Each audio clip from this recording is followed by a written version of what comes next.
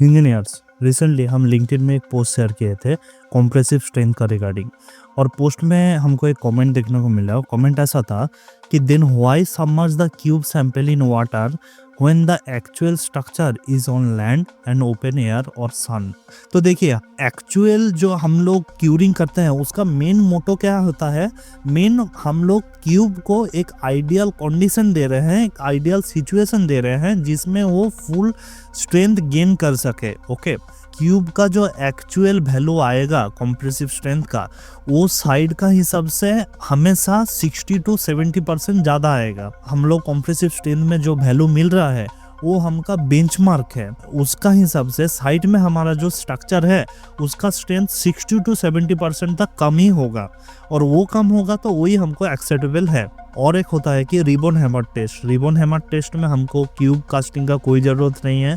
Hammer का जो needle है वो हम लोग प्लेन सरफेस में रख के 10 रीडिंग लेंगे, उसके बाद हम लोग हिसाब लगा के उससे स्ट्रेंथ कैलकुलेशन कर सकते हैं। अभी एक क्वेश्चन ये भी आता है कि 7 डेज, 14 डेज और 28 डेज का क्यूब का मतलब क्या होता है?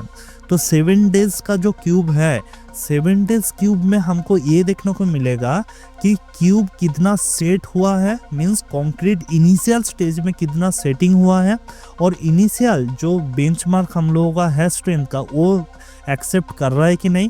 14 डेज में हम लोग मिड पोजीशन में, मींस मिड स्टेज में हम लोग एक बार कंप्रेसिव स्ट्रेंथ का लेते हैं।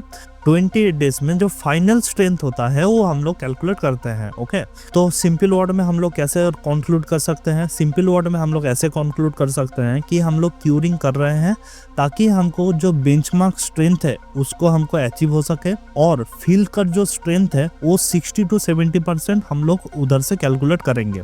तो I think this added value to you. तो ऐसे ही और डाउट के लिए आप हमको लिंक्डइन में या कमेंट सेक्शन में मैसेज कर सकते हैं। Stay connected to the civil tales, and with love and respect, D सोडिस।